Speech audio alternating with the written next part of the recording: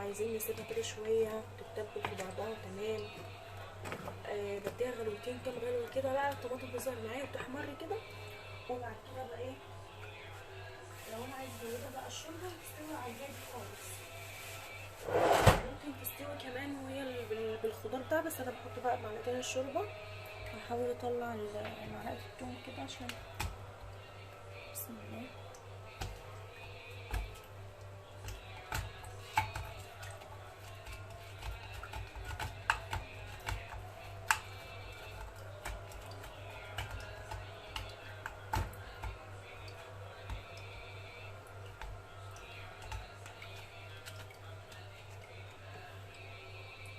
ده كده الميه نقطت عشان جامد لسه، نسيت ان انا اطلعه قبلها.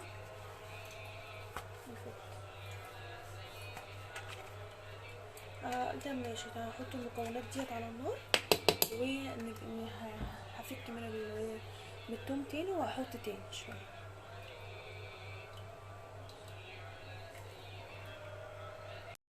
حطيت البطاطس بتاعتي كده و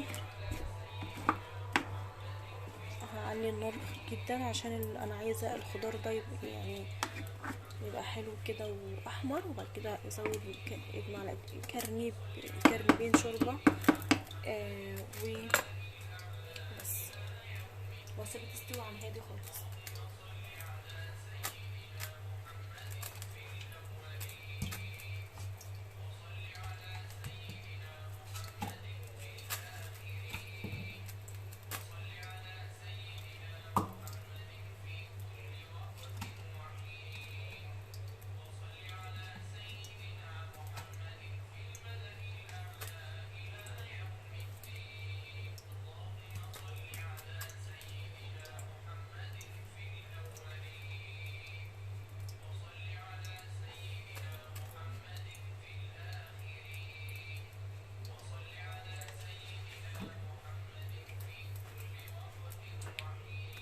بقت معلقه الثوم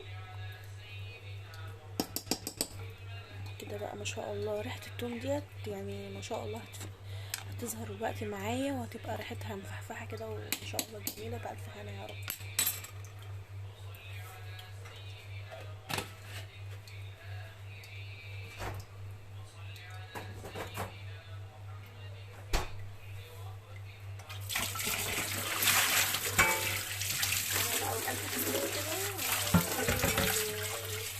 خلصت كده نظبطها مع بعض.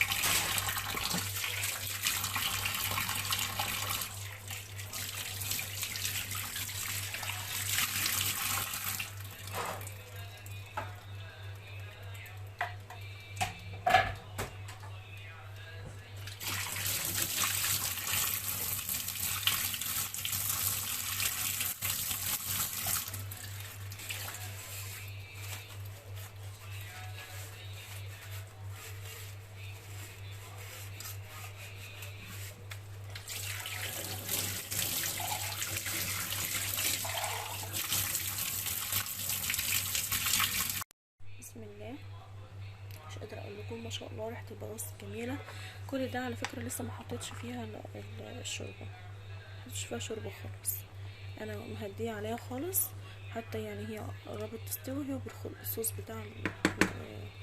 هحط انا دلوقتي حاجه بس بسيطه كده من شوربة البط، تحليها وتعزز الطعم شوية. يعني انا مبنحطش عليها زيت ولا اي حاجة، شايفين سمنة البط يعني ادت لها كده تنويعة كده حلوة.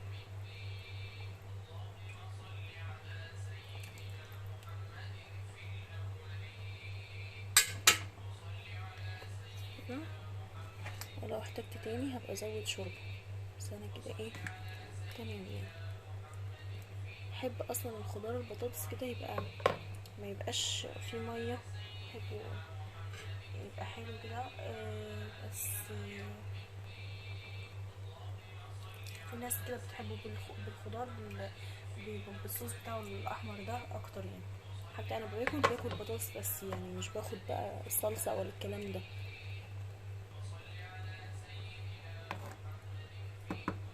نرجع نهدي عليها تاني ونسيبها كمان شويه.